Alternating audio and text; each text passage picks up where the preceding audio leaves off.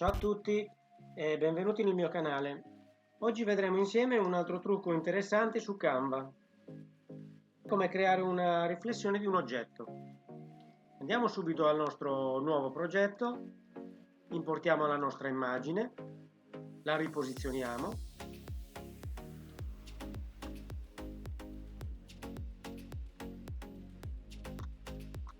e andiamo in app e cerchiamo l'app che si chiama Easy Reflection. Selezioniamo la nostra foto, create la riflessione. A questo punto potete decidere l'offset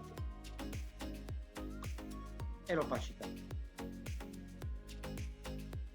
Io la lascio sui 60, l'opacità e l'offset lo lascio sui 50. Voi lo aggiungete al vostro disegno, lo riposizionate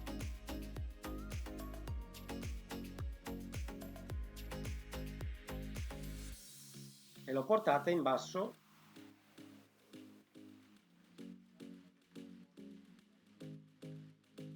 di che abbassate questo margine.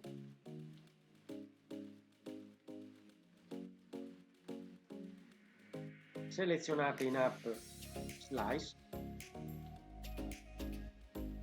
e selezionate Slicer. A questo punto potete diminuire l'offset anche qua,